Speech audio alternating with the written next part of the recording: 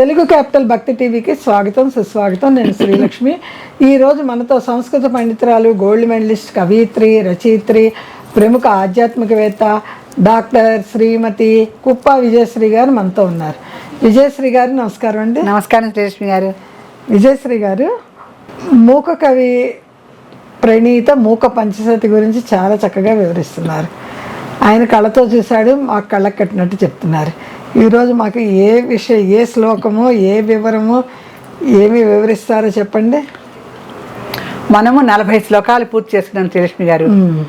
41లోకి ప్రవేశించాము. 100 శ్లోకాల్లో కనీసం అర్ధానికి సగానికి కొంచెం ముందు దగ్గరకు వచ్చాము. 41వ శ్లోకంలో అసలుకి మన మూక కవి వారు ఎప్పటికప్పుడు అమ్మవారిని ఇలా వీక్షించాను, అలా వీక్షించానని ఆ భిన్న భిన్న కోణాల్లో ఆయన దర్శించినంతా చెప్తూ వచ్చారు. కానీ ఈ శ్లోకంలో అమ్మవారిని అయ్యవారిని కలిపి మనకు చూపిస్తున్నారు. అమ్మవారిని అయ్యవారిని కలిపి చూపిస్తారు. శివశక్తేక రూపాలని మనకి ఒకే శ్లోకంలో ఆయన అలా ప్రసాదం లాగా అందిస్తున్నారు అనమాట. ఎంత అద్భుతమైన ప్రసాదం అంటే అమృత ప్రసాదం ఏది, మనకి అమృతాన్ని ఇస్తున్నట్టే. ఒకటేమో భవాబ్ది అండి, ఒకటేమో అమృతాబ్ది. భవాబ్ది ఒకటి భవాబ్ది, అమృతాబ్ది. 2 సముద్రాలను ఇస్తున్నాడు మనకి ఆయన. ఒకటి సంసార సముద్రం, ఒకటి అమృత సముద్రం. సంసార సముద్రం అందరూ అనుభవిస్తున్నారు. అది దేవతలకే తప్పలేదు. వాళ్ళకి కోపాలు, అలకలు, వెళ్ళిపోటాలు, పిల్లలు అన్నీ ఉన్నాయి. దేవతలకు కూడా ఉన్నాయి. మానవులకి సరే. ఈ 2 సముద్రాలని కలిపి మనకి శివశక్తి రూపాలని ఈ శ్లోకంలో చూపిస్తున్నారు మనకి. ఆ శ్లోకం ఒకసారి చూద్దాం. ముందు బాధాకరీం భవాబ్దే. ముందే మనం అనుకున్నట్టు భవాబ్ది మన సంసార సాగరం. బాధాకరీం భవసాగరం, సంసారం భవసాగరమే కదా. ఆధారాద్య అంబుజేషు విచరంతి. మధ్యలో ఎంత చక్కటి విషయాలు చెప్తున్నారంటే మూక కవి వారు. ఆ శివశక్తి రూపాలు కలిసి ఉన్న విషయానికి షట్చక్రాలను కూడా చెప్పుకొస్తున్నారు. ఆధార అంబుజం అంటే మూలాధార చక్రం అనేటువంటి కమలం ఉంది కదా, దాని గురించి చెప్తున్నారు. ఆధారీకృత కాంచీ, అటువంటి కాంచీ నగరాన్ని ఆధారం చేసుకున్నటువంటి బోధామృత వీచిమేవ విమృశామ. ఆ బోధామృతం యొక్క వీచిక అయిన అమ్మవారి గురించి మనం ఇప్పుడు దర్శిద్దామని చెప్తున్నారు ఆయన. ఇక్కడ ఫస్ట్ మనం చెప్పుకోవాల్సిందండి, మామూలుగా ఏం చెప్తున్నారంటే బాధాకరీం భవాబ్దే అని చెప్పడంతో మొత్తం అయిపోయింది మనకి అసలు శ్లోకసారం. అమ్మవారు సంసార పంక నిర్మగ్న సముద్ధరణ పండిత. లలిత సహస్రం ఉండనే ఉంది. అది ఆద్యం కదండి ఏ కవికైనా. దుర్వాసుడు రాసిన ఆర్య శతకం కూడా రాశాడు, ఆయన కూడా రాశాడు అమ్మవారి గురించి. కాళిదాసుడు శ్యామలా దండకని రాసిన, మరి మూక కవి వారు రాసిన, సౌందర్యలహరి శంకరాచార్య వారు రాసిన మూలాధార గ్రంథం మనకి లలితా సహస్రమే. మూలం లలితా సహస్రంలో ఉన్న గొప్పతనం ఏంటంటే, దాంట్లో ఈ శాస్త్రం ఇప్పుడు మన మహాభారతం లాగా ఈ విషయం ఉంది, ఈ విషయం లేదని లేదు. సంసారం ఉంటుంది, వైరాగ్యం ఉంటుంది, మళ్ళీ మంచి సముద్రాల అడుగున్నటువంటి అమృతం ఉంటుంది, మళ్ళీ దాంట్లో ఉండేటువంటి హాలాహలము ఉంటుంది, మళ్ళీ చక్కటి సౌభాగ్యవంతమైన జీవితం ఉంటుంది, మళ్ళీ వైరాగ్యాన్ని సూచించే నామాలు ఉంటాయి. అన్నీ అయిపోయాక శివశక్తి ఐక్య రూపాయ నమః వచ్చేది. శ్రీ శివ శివశక్తి రూపిణి లలితాంబిక. అలా అదేంటంటే పెద్ద సముద్రంలో ఇవి ఉన్నాయి, ఇవి లేవు అన్న విషయంగానే ఆ లలితా సహస్రం అనేది ఒక అమృత సరస్సు. దాంట్లో ఇది దొరుకుతుంది, ఇది దొరకదని లేదు. దాన్ని ఆధారంగా చేసుకుని వీళ్ళందరూ రచించారు కనుక ఈయన ఏమంటున్నాడు, ముందు భవాబ్దే బాధాకరీం అంటున్నాడు. ఫస్ట్ మానవులందరికీ అమ్మవారు ఏం చేస్తున్నారు, సంసార పంకం నుంచి సముద్ధరణ పండిత. మా భవాబ్దిని, సంసార సాగరాన్ని బాధాకరీం. బాధ అంటే సంస్కృతంలో నాశనం అండి. మనము తలనొప్పిని కూడా బాధ అంటాం. అదే సంస్కృత పదాలను తెలుగులో భిన్నార్థాల్లో వాడేసుకోవడం అలవాటు అయిపోయింది మన వాళ్ళకి. అంటే కొంతమంది అర్థం తెలిసి చెప్తారు, కొంతమంది తెలియక చెప్తారు. బాధ అంటే పీడ అని ఒక అర్థం ఉంది. పీడ అతను నన్ను బాధిస్తున్నానంటే పీడిస్తున్నాను అర్థం, కొంతవరకు పర్వాలే. కానీ బాధ అంటే ఇక్కడ మొత్తం సమూలంగా నాశనం చేసేయటం. అమ్మో, బాధ అంటే నాశనం చేయటం అనే అర్థం ఉంది. అందుకని భవాబ్ది బాధాకరీం. అమ్మవారు ఏం చేస్తుందంటే మన సంసార సముద్రాలని పూర్తిగా సమూలంగా నాశనం చేసేస్తుంది. సంసారం సముద్రం అయినప్పుడు సంసార సాగరాన్ని ఎన్నాళ్ళు ఈదుతాం మనం, ఎన్నాళ్ళు ఈదినా ఆవలి ఒడ్డు మనకు కనిపించదు. అందుకనే భవాబ్దే బాధాకర్యం, అమ్మవారికే చేతనం అవతల ఒడ్డుకి మనం చేర్చడం. మనం ఎంతకాలం ఈదుతాం, ఎంతనాళ్ళు ఈదితే అక్కడే ఉంటాం మనం. అంతే 70 ఏళ్ళు వచ్చినా 80 ఏళ్ళు వచ్చినా బాధ్యతలతో ఆడవాళ్ళందరూ ఇప్పటికీ కూడా అంటే వివాహాలు ఆలస్యం, పిల్లలు కలగటం ఆలస్యం, బాధ్యతలన్నీ లేటుగా తీరటం, దాంతో స్త్రీలందరికీ కొంతమంది బాధ్యతలు తీరి కొంతమంది తీరక అందరూ కూడా గృహస్థాశ్రమంలోనే ఇరుక్కుపోయి ఉంటున్నారు. భవసాగరం ఆ భవాబ్ది బాధాకర్యం ఆయన చేసింది. అందుకే అమ్మవారు స్త్రీలందరినీ కూడా ఆ భవాబ్ది నుంచి తొలగించాలంటే ఆ భవాబ్దినే నాశనం చేసేయాలి, సంసారం లేకుండా చేయాలి. సంసారం లేకుండా చేయటం అంటే సన్యాసి ఆశ్రమానికి తీసుకెళ్తోంది అమ్మవారు. అంతేగాని బ్రహ్మచర్యాశ్రమము గృహస్థాశ్రమం వద్దని చెప్పట్లా. ఎప్పుడు గృహస్థంలోనే ఉండకు, 50వ సంవత్సరం వరకే గృహస్థంలో ఉండాలి, తర్వాత వానప్రస్థానానికి రావాలి. సన్యాసాశ్రమానికి మొదటి మెట్టు కదా. వానప్రస్థంలో కొంచెం పళ్ళు అవి తింటూ ఒక పూట అట్లా కాస్త విహారాలు చేస్తూ ప్రకృతిని అంతా అర్థం చేసుకోవాలి. వానప్రస్థం అంటే వనానికి ప్రస్థానం అన్నమాట. అది వనంలో ప్రస్తావన. మరి కుంతీదేవి విదురుడు వీళ్ళందరూ చివరిలో వెళ్ళిపోతారు అక్కడికి మహాభారత కథలో. వాళ్ళు వనాలని అర్థం చేసుకుంటారు, ఏమిటి సృష్టి అనేది. అప్పుడేంటి వనంలో ఏ పండు దొరికితే అది తిని ఉంటారు అంతే. అంతేగాని రాజభోగాలు అవి కుంతీదేవి వద్దనుకునే వెళ్ళింది కదా. అట్లా వానప్రస్థము సన్యాసాశ్రమానికి మొదటి మెట్టు కనుక తర్వాత సన్యాసాశ్రమానికి వెళ్ళిపోతారు. అప్పుడు సంసార అబ్ది బాధాకర్యం అవుతుంది. అది చూడండి ఎక్కడికెక్కడి నుంచి ఎక్కడికో చూడండి. ఈ సంసార సాగరాన్ని పూర్తిగా సమూలంగా నాశనం చేయాలి అంటే అది మన కంచి కామాక్షికే సాధ్యం, ఇంకెవరికి కాదు.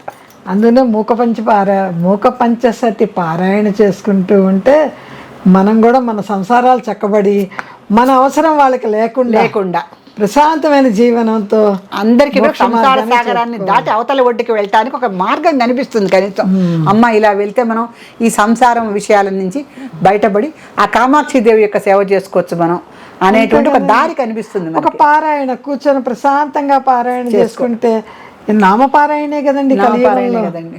ఎంత అదృష్టం, ఎంత భోగం ఉంటుంది, ఎంత అదృష్టం ఉంటుంది.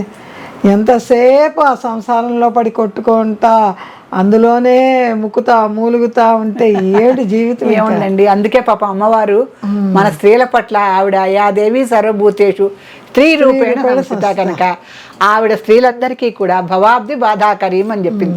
మీ యొక్క సంసార సాగరాల్ని నేను సమూలంగా నాశనం చేసేస్తాను. ఎలా చేస్తుందంటే ఆధారాద్య అంబుజేషు విచరంతి. అమ్మవారు మూలాధార చక్ర కమలం నుంచి ఆజ్ఞా చక్ర కమలం వరకు విహరిస్తూ ఉంటుంది. విచరంతి అంటే మూలాధారాంబుజేషు, అంబుజము అంటే పద్మం, అంబుజేషు పద్మములో విచరంతి తిరుగాడుతున్న. ఏ మూలాధార చక్రము? మనకి వెనక భాగంలో మూలాధార చక్రం ఉంటుంది. కొంచెం ముందుకు వస్తే జలస్థానమైనటువంటి స్వాధిష్టాన చక్రం ఉంటుంది. ఇంకొంచెం ముందుకు వస్తే నాభిస్థానంలో మణిపూర చక్ర కమలం ఉంటుంది. ఇంకొంచెం పైకి వెళ్తే ఇక్కడ అనాహతాబ్జ కమలం ఉంటుంది. అనాహతాబ్జ నిలయాను. తర్వాత ఇక్కడ విశుద్ధి చక్రం ఉంటుంది. ఇక్కడికి వచ్చేసరికి ఆజ్ఞా చక్రం ఇక్కడికి. సహస్రారానికి ఆజ్ఞానికి మధ్యలో 2 ఉంటాయి. అందుకే 9 చక్రాలు అయినాయి, గత 7 చక్రాలే. ఈ ఆజ్ఞా చక్రం దగ్గరికి వచ్చేసరికి సాధకుడు ఇంకా ఈ ఇహలోక భోగాలన్నిటినీ కూడా వదిలిపెట్టేసేసి ఒక యోగి సాధనకి వచ్చేస్తాడు. సాధకుడు యోగి సాధన స్థాయికి వచ్చేస్తాడు. అక్కడి నుంచి సహస్రార చక్రానికి వెళ్ళినప్పుడు అక్కడ రాకాచంద్రుడు ఉంటాడు. నిత్యము అమృతం వర్షించేటువంటి రాకాచంద్రుడు ఉన్న చింతామణి గృహంలో కామేశుడు కామేశ్వరి ఉంటారు. కామేశ్వరాంక నిలయ అని ఉందిగా అమ్మవారికి, ఆ శివకామేశ్వరాంక నిలయ ఉంది కనుక అక్కడ చక్కగా ఆ సహస్రార చక్రంలో నివసించేటువంటి ఆ పార్వతీ పరమేశ్వరుల దగ్గర ఆ పాదాల చెంత పడుంటారు. వాళ్ళకి పునర్జన్మ ఉండదు. అమ్మవారి విశేషం అండి. భవాబ్ది బాధాకరీం అన్నాడు. సంసార సాగరాన్ని మొత్తం కూడా తొలగించేసి ఆవిడ ఏం చేస్తుంది? ఆధార ఆద్య అంబుజేషు విచరంతి. మూలాధార చక్ర కమలంలో ఉండేటువంటి ఆ యొక్క సుషుమ్నా నాడి మొదలయ్యేది అక్కడి నుంచే కదా, అక్కడ ఉండేటువంటి దీంట్లో విచరంతి ఆవిడ చరిస్తూ ఉండి ఆధారీకృత కాంచిం అంటే మూలాధార చక్రంలో ఉన్నటువంటి కమలంలో అమ్మవారు విహరిస్తూ దాన్నే ఆధారంగా చేసుకున్న కాంచీ నగరంలో ఆవిడ విహరిస్తోంది. ఆహా. కాంచి కాంచి అంటే మళ్ళీ ఇంకొకటి ఏంటి, బొడ్డు. బొడ్డు అది బొడ్డు నాభిస్థానమేగా అక్కడ పడింది కాంచీ నగరంలో. ఆ నాభిస్థానం దగ్గరికి వచ్చేసరికి దాన్ని కాంచి అంటే ఎవరైనా నాభిస్థానాన్ని ఆధారం కట్టుబడే ఉంటారు కదా. జన్మే నాభిస్థానం మూలకృతం కదా. ఆ మూలస్థానం నాభియే కనుక అమ్మవారు ఆ కాంచీ నగరాన్ని మూలాధార చక్రంలో విహరిస్తూ తన ఆధారం చేసుకుందా అన్నట్టుగా అక్కడ నివసిస్తూ మన మూక కవికి అనిపించింది. ఎంత అదృష్టవంతుడండి. కంపా నది తీరంలో విహరిస్తూ కాంచీ నదిలో కాంచీపురంలో కూర్చొని ఆయన్ని ఎంత అలరించింది బాలా లీలా వినోదిని. ఇక్కడితో వదిలాడమని కవి, మూక కవి. ఇంకా ఆయన కవిత్వ సారం అంతా మనకు చెప్తున్నాడు. ముందు సంసారాన్ని ఆవిడ తరింపజేసేసింది, బాధాకరీం అని చెప్పేశాడు. తర్వాత మూలాధారాంబుజ కమలం అన్నాడు. మూలాధార కమలం నుంచి కూడా ఆవిడ విహరిస్తూ ఎక్కడ దాకా వచ్చింది, సహస్రార చక్రం వరకు మనం తీసుకెళ్తుంది యోగి సాధవాలు. బోధామృత వీచిమేవ విమృశామః, ఇది అద్భుతమైన వాక్యం అండి. బోధామృతం అంటే అసలుకి బోధ అంటేనే బోధించబడినది. ఆ బోధ ఏం బోధిస్తారండి, దుర్బోధలు ఎవరు చేయకూడదు కదా, తప్పు. అదేదో ధృతరాష్ట్ర కాలంలో చెల్లింది.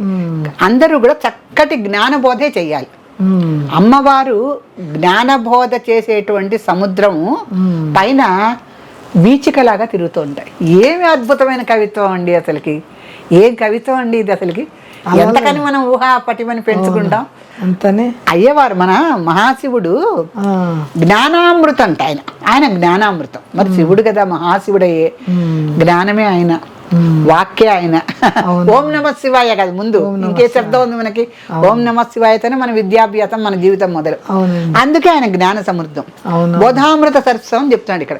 ఆ బోధామృత సముద్రం ఎవరయ్యా అంటే ఆ మహాశివుడు. దాని మీద అమ్మవారు వీచిమేవ విమృశామః, ఇది ఇంకా అద్భుతమైన పదం. బోధామృతమేవ వీచిమేవ అంటే ఆ బోధామృతం అనేటువంటి సముద్రానికి అమ్మవారు అల. అలా అలా అంటే సముద్ర భాగమే మళ్ళీ, అంతే కదా. మరి వీళ్ళ అర్ధనారీశ్వర తత్వం చెప్పాలి కదా. బోధామృతమేమో మహాశివుడైతే దాంట్లో చక్కటి చల్లటి గాలులు వీచేటువంటి అలలాగా అమ్మవారు ఇలా వచ్చి మళ్ళీ ఇలా కలిసిపోయి అయ్యేవాళ్ళు మళ్ళీ పైకి వెళ్తారు. మరి ఈవిడ శక్తి రూపం కదండి. ఈవిడ ఎలా ప్రవహిస్తూ ఉంటే ఇలా పైకి వెళ్ళాలి, కిందకి రావాలి, చక్కమని తిరుగుతూ ఉండాలి అమ్మవారు. బాలామృతం కదా ఆవిడ బాలాలీలా వినందుకంటే ఎప్పుడు చక్కచక్క తిరుగుతూ ఉంటుంది. అందుకే ఇది ఉంటుందండి మనకి శ్రీచక్రం. శ్రీచక్రం పెట్టుకున్న వాళ్ళు ఇల్లు గల గల గలలాడుతూ చుట్టూ వాళ్ళు తిరుగుతూనే ఉంటారు. వాళ్ళు అష్టాదశ పీఠాలు వెళ్తారు, మొత్తం ప్రపంచ యాత్రలు చేస్తారు, విదేశీ యాత్రలు వెళ్తారు, ఎక్కడెక్కడ అమ్మవారి స్థానాలు చూసొస్తారు, ఎక్కడెక్కడ అమృతం అమ్మవారి భక్తులందరూ వాళ్ళ ఇళ్ళకి వస్తూ ఉంటారు. శ్రీచక్రం పెట్టుకున్న వాళ్ళ ఇల్లు చూడండి, అసలుకి వాళ్ళ ఇల్లే ఒక చింతామణి గృహంలాగా ఉంటుంది. శ్రీచక్రాన్ని చక్కగా ప్రతిష్టాపన చేసుకొని ఆ నిత్య పూజలు చేసే వాళ్ళ ఇల్లు చింతామణి గృహంలాగానే మారిపోతుంది. నేను కళ్ళతో మా నాన్నగారి ఇల్లు చూశాను కనుక చెప్తున్నా. ఆ బంగారు శ్రీచక్రాన్ని పెట్టుకొని పూజ చేసినప్పుడు మా ఇల్లు రోజు చింతామణి గృహంలాగానే ఉండేది. అట్లా ఇక్కడ శివుడు జ్ఞానామృతం, బోధామృతం అనేటువంటి ఒక సముద్రం శివుడైతే దాంట్లో అమ్మవారు ఆ శివశక్తి రూపిణి కదా, సముద్ర భాగంలోనే కలిసి ఉంటూనే అమ్మవారు ఒక శ్రీచక్రంలాగా చక్కగా శక్తి ఉత్సాహంతో ఇట్లా పైకి లేస్తారు అమ్మవారు. మళ్ళీ శివుళ్ళలోనే కలిసిపోతుంది. మళ్ళీ చక్కటి అలలాగా లేస్తారు, మళ్ళీ శివుళ్ళో కలిసిపోతుంది. అంటే శక్తి శివత్వము, శివశక్తి రూపాలు ఎలా ఉన్నారంటే శివుడు సముద్రం అయితే అమ్మవారు దాంట్లో అలా అంటే అంతకైనా అద్భుతమైన శివశక్తి రూపాలను ఎవరు వర్ణిస్తారు. అటువంటి అద్భుత దీన్ని విమర్శ ప్రకాశము అని చెప్తున్నారు. దాంట్లో విమర్శ ప్రకాశము అంటే చాలా తాత్వికమైనటువంటి శబ్దం అండి. సో అందుకని శివుడి విమర్శ అయితే అమ్మవారి ప్రకాశం. ఆ రకంగా ఆ తత్వ విమర్శ ప్రకాశాలను కూడా చెబుతూ శివశక్తిక రూపాలని కాంచీపురాన్ని ఆధారం చేసుకున్నటువంటి ఆ శివశక్తి రూపాలని ఒకే స్థానంలో నేను చూస్తున్నాను, దర్శిస్తున్నాను అని మూక కవి మనకి అద్భుతంగా చెప్పాడు. ఈ శ్లోక పారాయణ చక్కగా శ్రద్ధగా ఈ శ్లోకాన్ని అర్థం చేసుకొని పదే పదే పారాయణ చేసిన వాళ్ళకి అమ్మవారికి ఉన్నటువంటి చక్కటి ఆ శక్తి అంటే ఎన్నిసార్లు అలలు లేచి కింద పడుతూ ఉంటాయి, అవునవును. పిసుగు విరామం ఉండదు. అయ్యో ఇప్పుడు లేచాను కదా మళ్ళీ ఏం లేస్తాను అనుకోదాల, ఎప్పుడు లేస్తూనే ఉంటుంది, ఎప్పుడు పడుతూనే ఉంటుంది. అదే నిత్య నూతన ఉత్సాహం ఒకటి వస్తుంది ఈ శ్లోకం పారాయణ చేసిన వాళ్ళకి. తర్వాత ఆ సంసారంలో కలిసిమెలిసి బతికేటువంటి ఒక మంచి యోగ్యత వస్తుంది. ఎందుకంటే అలా ఎన్నిసార్లు లేచినా మళ్ళీ సముద్రుడితో కలవాల్సిందే. అలా స్త్రీ రూపమైంది, సముద్రుడు పురుష రూపం అయ్యాడు ఇక్కడ. అందుకని భార్యాభర్తలు ఎన్నిసార్లు ఆటుపోట్లు ఎదుర్కొన్నా మళ్ళీ కలిసి బతకవలసిన వాళ్ళే. అందుకని ఆ జ్ఞానామృత సముద్రానికి వీచిక వంటిది అమ్మవారు అని చెప్పడంలోనే ఈ శ్లోకంలో అన్యోన్య దాంపత్యం, ఒడిదుడుకులు తట్టుకునేటువంటి శక్తి సామర్థ్యం, మళ్ళీ ఆ చలన శక్తి అత్యద్భుతంగా ఉన్నటువంటి శ్రీచక్ర రూపం, ఇవన్నీ కూడా ఈ శ్లోక పారాయణ చేసిన వాళ్ళకి ఆ అమ్మవారు సదా చక్కటి ఈ ప్రసాదంలాగా వీటిని ప్రసాదిస్తుంది. ఈ శ్లోక పారాయణ చేసుకోండి, ఉత్సాహంగా ఉండొచ్చు, అన్యోన్య దాంపత్యంలో హాయిగా జీవించవచ్చు.